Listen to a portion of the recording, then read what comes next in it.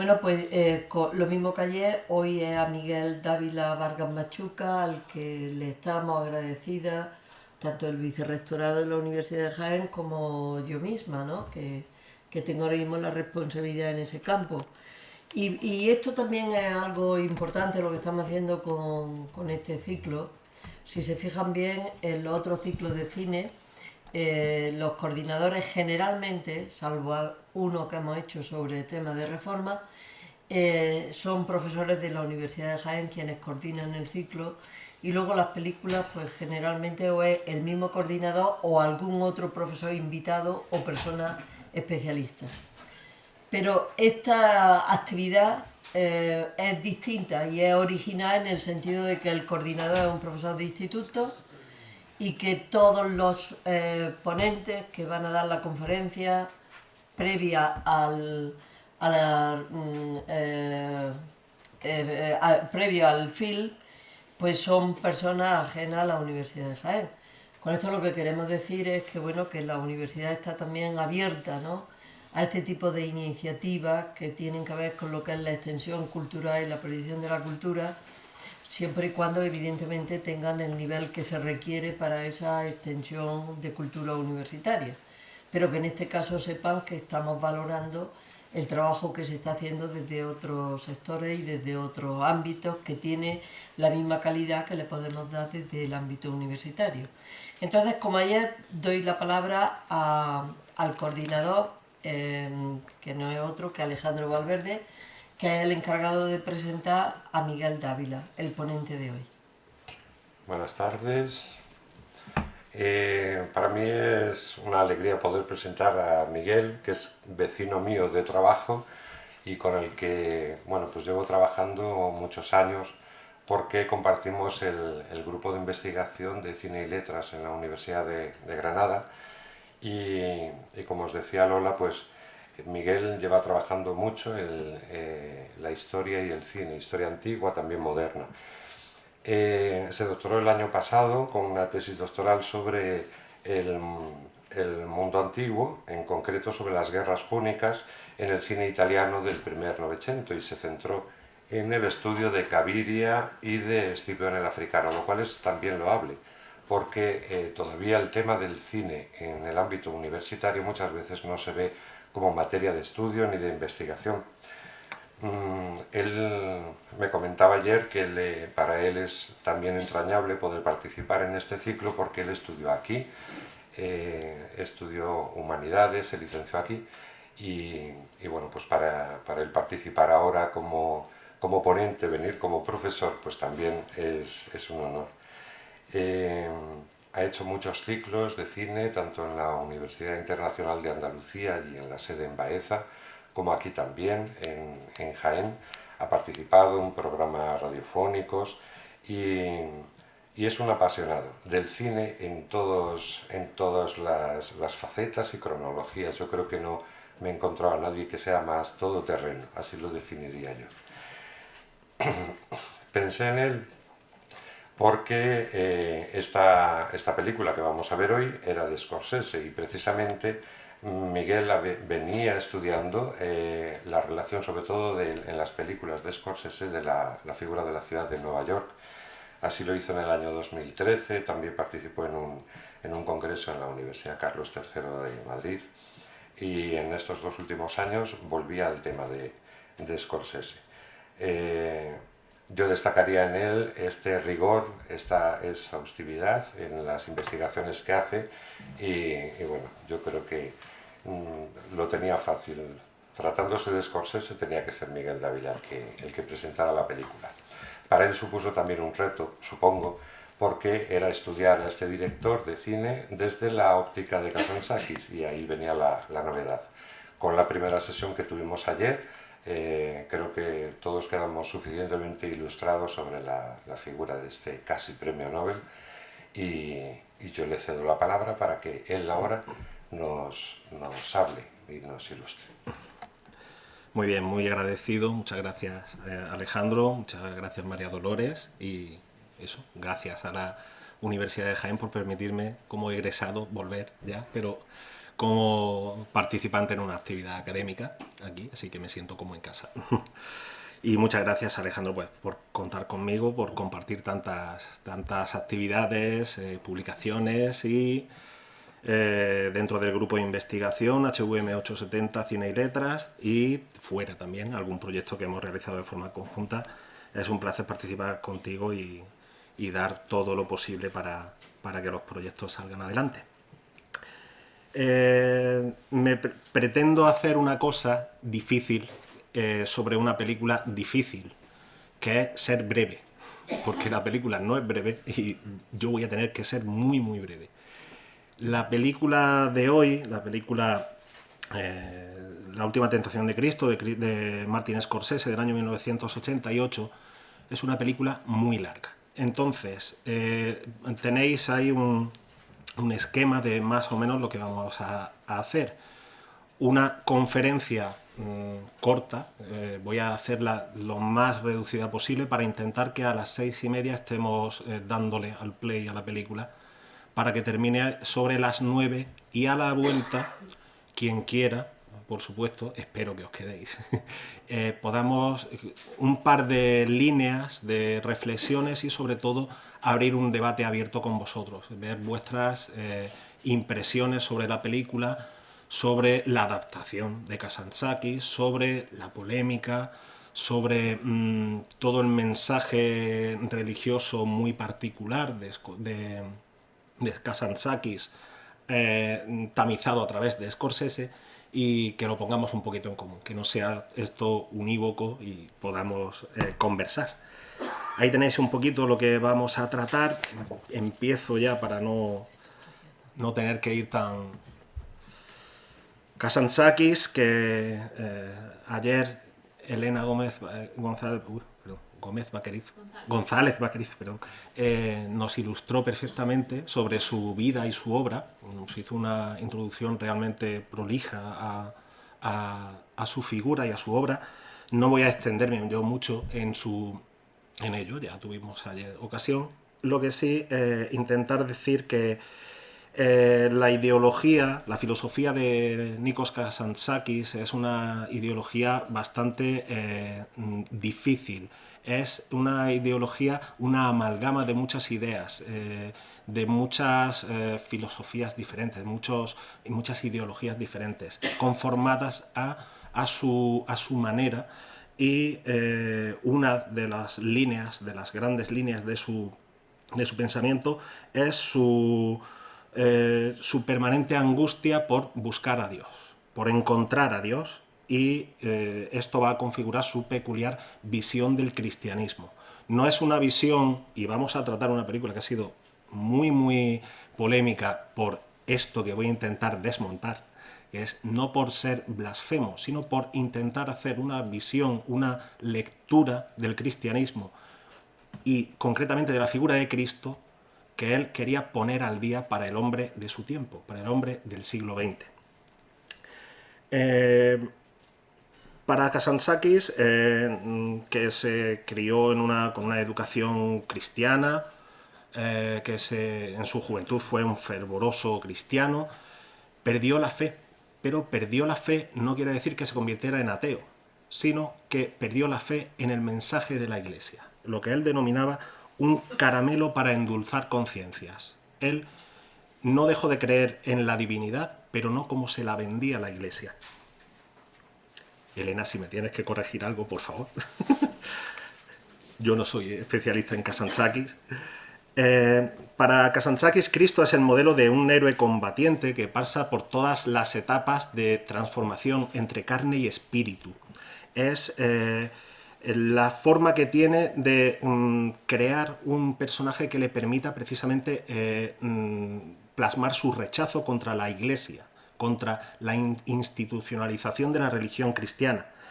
Y la figura de Cristo la va a tratar en diversas ocasiones en su carrera, por ejemplo en la obra de teatro Cristo del año 28,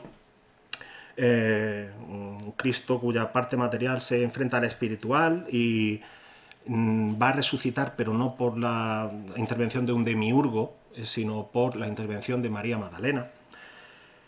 Odisea, el poema épico del que nos habló ayer Elena, hay una rapsodia en la que Odiseo se va a encontrar con un pescador negro que va a ser para él la personificación de Cristo.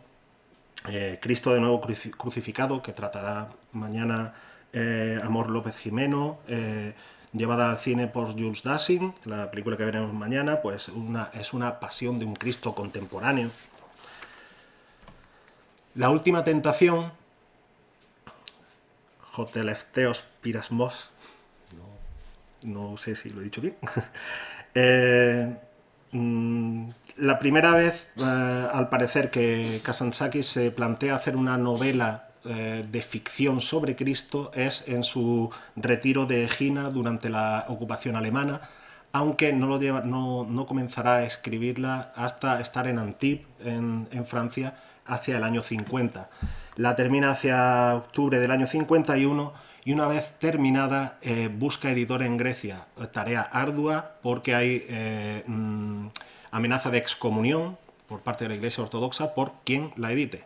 Hay un editor, Manis Boudelis, de la editorial Difros, que en 1955 desoye las amenazas y decide editarla en Grecia, lo cual causa una auténtica bomba en Grecia.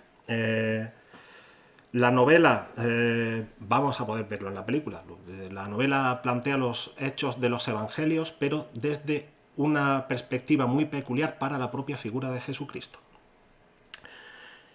Kazantzakis tiene diversas fuentes de las que se nutre para realizar esta novela, el Antiguo y el Nuevo Testamento, evidentemente, pero también muchos escritos apócrifos, textos gnósticos, estudios históricos sobre los orígenes del cristianismo, por ejemplo, La vida de Jesús, de Ernest Renan, del año 1863, o Los grandes iniciados, de Edward Schuré, también del siglo XIX,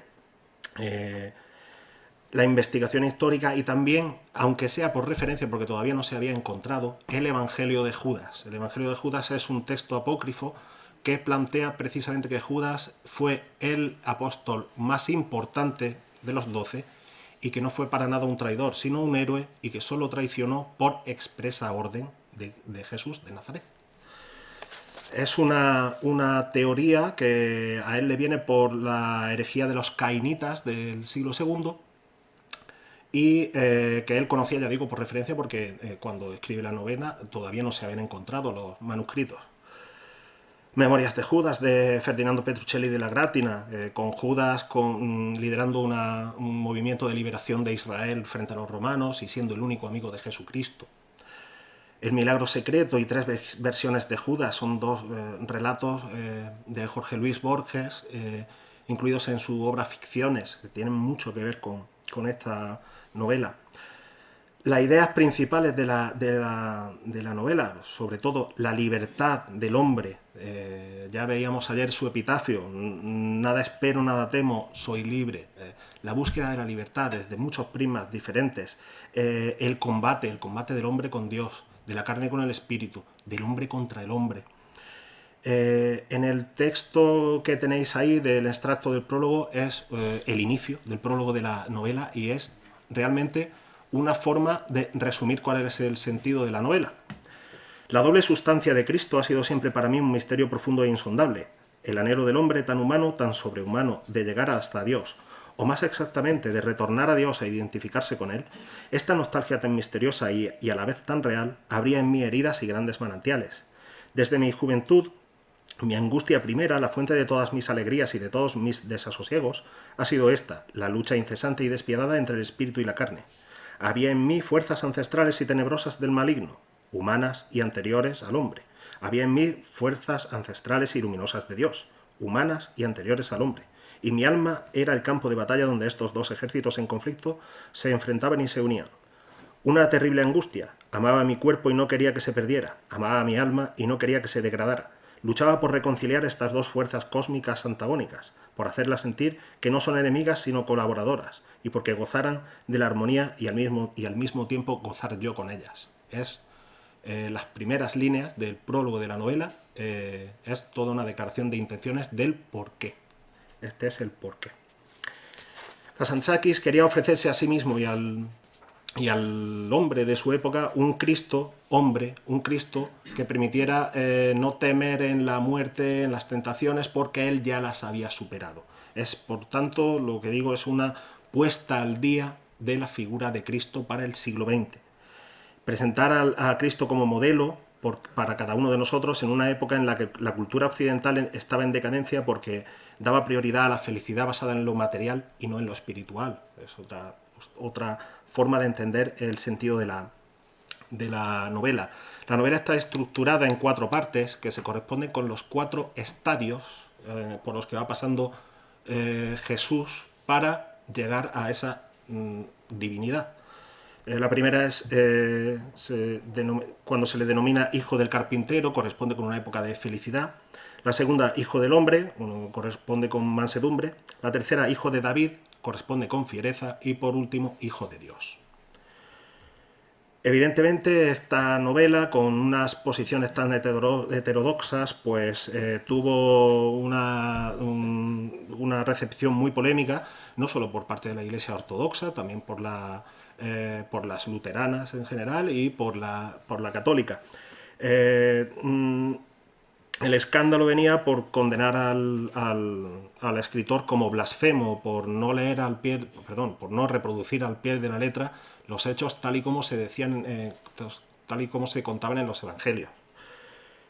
Tuvo una persecución en Grecia, y no solo por la Iglesia, también por el Estado, por ser impío, el Papa Pío XII, ya digo, no sé seguro si al final le llegaron a excomulgar o no, pero al menos el libro sí, o no sé si al final lo meterían en el índice de libros prohibidos. En Estados Unidos se publica en el año 60 y algunos fanáticos intentaron hacer que se retirara de las librerías, y con esto suele ocurrir un efecto contrario, que es que se convirtió en un bestseller, en un libro muy vendido. Evidentemente, Kazantzakis no es el único autor que ha tratado de una forma, digamos, peculiar o no canónica desde la literatura la figura de Jesucristo. Podríamos decir un montón. Me quiero quedar, por ejemplo, con el Evangelio según Jesucristo de José Saramago del año 91, o algo tan conocido como el Código da Vinci de Dan Brown. Son formas de darle un poco la vuelta a una figura que todavía tiene muchísimas lagunas históricas. La otra figura de la que tenemos que tratar hoy es Martin Scorsese, nacido en 1942 en Nueva York, italoamericano de segunda generación. Sus padres eran de origen siciliano, pero ya habían nacido en Nueva York. Y él en su barrio, aunque nació en Queens, luego se mudó al barrio de Little Italy, un gueto italiano, podríamos llamarlo así, en el sur de Manhattan. Pues allí empieza con una educación religiosa y casi se mete en el seminario a hacerse sacerdote, pero finalmente decide cursar estudios de cine en la New York University, y allí va a comenzar a darnos una carrera muy brillante. Tenéis en la parte trasera del papel la filmografía completa, de la cual solo voy a comentar algunas cosas. Su inicio, su película de fin de estudios, que iba a llamarse Bring on the Dancing Girls, traed a las chicas a bailar. Su mentor, Haig Manoogian, considera que apuntaba a muchas maneras y le animó a que rodara más metraje para convertirla ya en un primer largometraje con salida comercial, que se convirtió así en Who's That Knocking at My Door, quien llama a mi puerta, del año 67.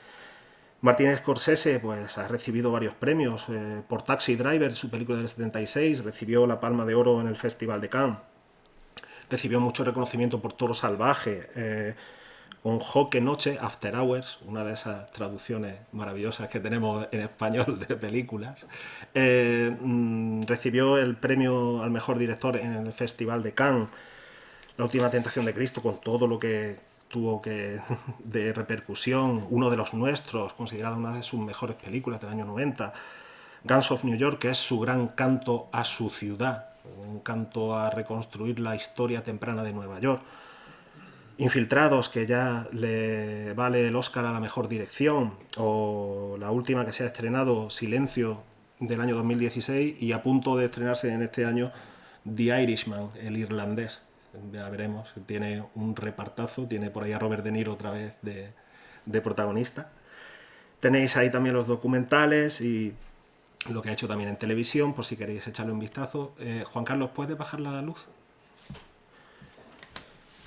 El interés religioso de Martin Scorsese evidentemente viene de sus años de casi hacerse sacerdote. Esto va a dejar en él una impronta que se va a dejar ver en muchas de sus películas. En las de sus primeros tiempos, que tienen un contenido bastante autobiográfico, la primera, la que decía Who's That Knocking at My Door, del 67, hay una escena en la que el protagonista, J.R., que viene interpretada por Harvey Keitel en su primer papel para el cine, es una especie de trasunto de él mismo, más matón, más malote, pero es un trasunto de él mismo y hay mucho de culpabilidad, de redención, y tiene una escena dentro de la vieja catedral de San Patricio, que por cierto era la iglesia a la que iba a misa Martin Scorsese, y como ahí tenéis justo cuando está besando ese crucifijo, va a confesarse, y besando ese crucifijo se pincha en el labio y le sale sangre. Una escena muy llamativa. En Malas calles, también con Harvey Keitel, en la misma vieja catedral de San Patricio de Nueva York, va allí a buscar respuestas, Charlie, el protagonista. Incluso el protagonista interpretado por, perdón, el personaje interpretado por Liam Neeson en Guns of New York, que es ese sacerdote irlandés católico, cómo se sacrifica en una batalla inicial de la película. Es un sacrificio, no quiero llegar a decir que es un sacrificio como Cristo, pero sí va tirando hacia allá.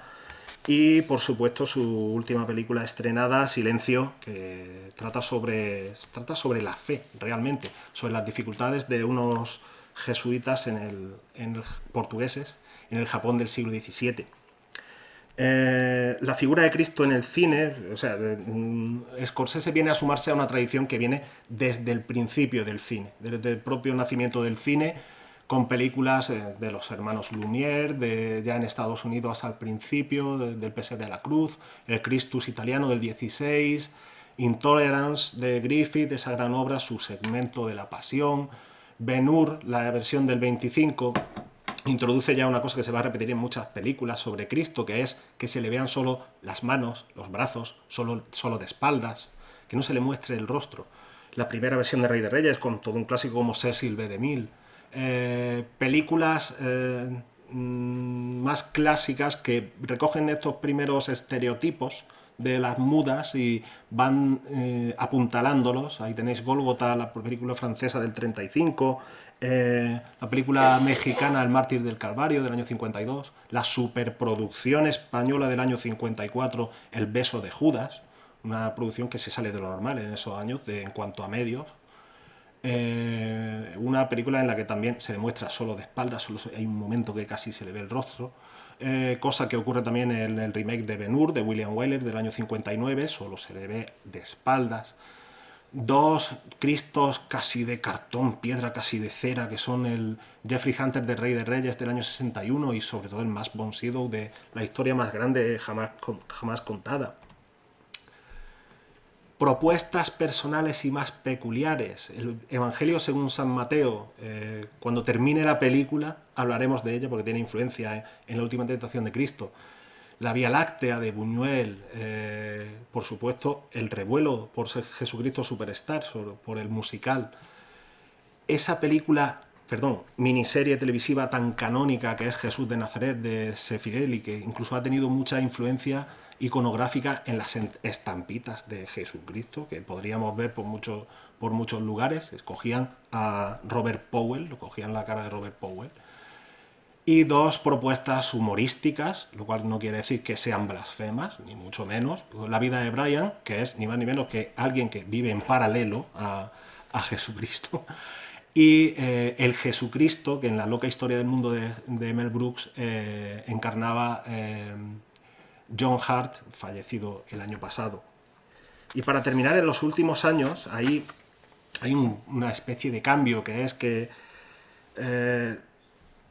Cristo posmoderno, podríamos decir. Esa Pasión de Cristo, esa película brutal, sádica y absolutamente antisemita, viniendo de quien viene, de un ultracatólico, más católico que el Papa como Mel Gibson, y una película innecesariamente sádica, lo digo, no soy yo alguien que por las películas de miedo y todo eso, pero esta película es algo que se pasa de la raya, por supuesto, por sádica, no lo digo por la figura de Jesucristo, sino por sádica.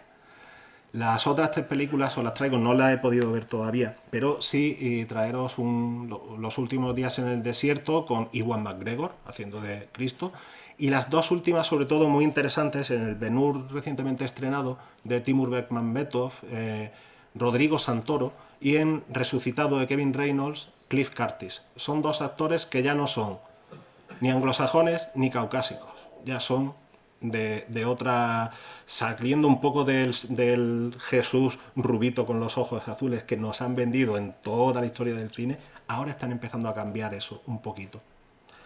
No sé si esto continuará o no. Estamos hablando de alguien de origen brasileño y de alguien de origen neozelandés. El proyecto de La última tentación de Cristo, pues pasó por muchas cosas. Bárbara Hershey, en el año 72, protagonizando Boxcar Berta, el segundo largometraje de Scorsese, le regaló la novela a Martin Scorsese y empezó a darle vueltas Martin Scorsese a hacer ya la película. No es hasta el año 83 cuando Paramount dice de ponerle sobre la mesa $12 millones, 3 meses de rodaje, exteriores en Israel, y 2 semanas antes de empezar el rodaje todo se va al garete. Por 2 razones principales. Una, por presiones de grupos religiosos a la Paramount. Y eso en Estados Unidos es mucho decir, porque el lobby eclesiástico, religioso en general, de las distintas advocaciones, de los distintos credos, es muy potente. Pero la chispa fue que el dueño de una cadena de cines de la costa este, de la costa de Nueva York, que es la zona supuestamente más avanzada intelectualmente de Estados Unidos, dijo que no ponía la película. De hecho, que no la ponía ni en su cadena ni en la cadena televisiva HBO, con lo que eso quería decir por entonces y hoy en día también. Eso ya fue lo que le llevó a la Paramount a decir no se hace la película. Ya se habían hecho decorados, se había hecho vestuario, los retomaron para la película Rey David del año 85, los reutilizaron, y el proyecto después se intentó hacer en Francia. También habían tenido una polémica con Je vous salue Marie, Yo te saludo María, de Jean-Luc Godard del año 84, con lo cual se echaron encima del gobierno de Mitterrand e impidieron que se hiciera. Y finalmente, en el año 87, el agente Michael Ovitz consigue de Universal hacer la película viable. Estamos hablando de 4 años después del inicio. Pero va con unas condiciones, con la mitad de presupuesto, con un mes menos de rodaje y, por supuesto, ya no es en Israel. Los exteriores que iban a hacerse en Israel ya para nada. Se va a rodar íntegramente en Marruecos. Voy a ir lo más rápido posible. En la zona de Marrakech, de Meknès, en el Atlas, lo cual introduce una cosa muy interesante que veréis en la película, que es un sabor muy árabe y muy poco judío y muy poco europeo.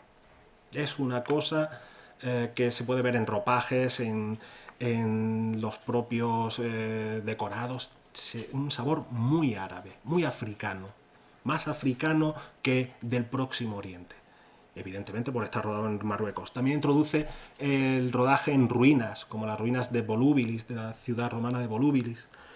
Y con una fotografía sensacional de Michael Ballhaus, que hace que los exteriores sean unos exteriores muy luminosos, mientras que los interiores y las escenas nocturnas se utiliza una luz artificial muy dirigida, muy efectista.